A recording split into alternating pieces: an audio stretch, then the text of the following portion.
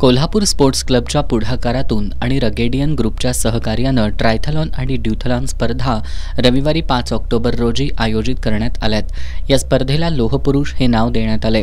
शिवाजी विद्यापीठाजवळील राजाराम तलाव इथं सकाळी 6 वाजता स्पर्धेला प्रारंभ होणार आहे।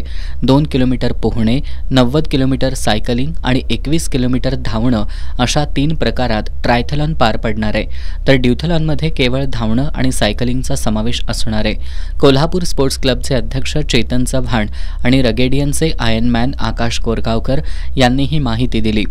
क्रीडा परंपरेला प्रोत्साहन आणि पाठबळ देण्याबरोबरच नवोदित खेळाडू घडवण्याची ही स्पर्धा कोल्हापूरमध्ये होत असून देश-विदेशातील 500हून अधिक स्पर्धक या स्पर्धेत सहभागी होणार आहेत। नावनोंदणी करणाऱ्या स्पर्धकांना T-shirt, medal, time chip, certificate, bag आणि अल्पोपहार आदी सुविधा दिल्या जाणार आहेत। स्पर्धेतील विजेत्या स्पर्धकांना उपस्थित मान्यवरांच्या हस्ते मेडल आणि प्रशस्तीपत्र देऊन गौरवण्यात येणार आहे।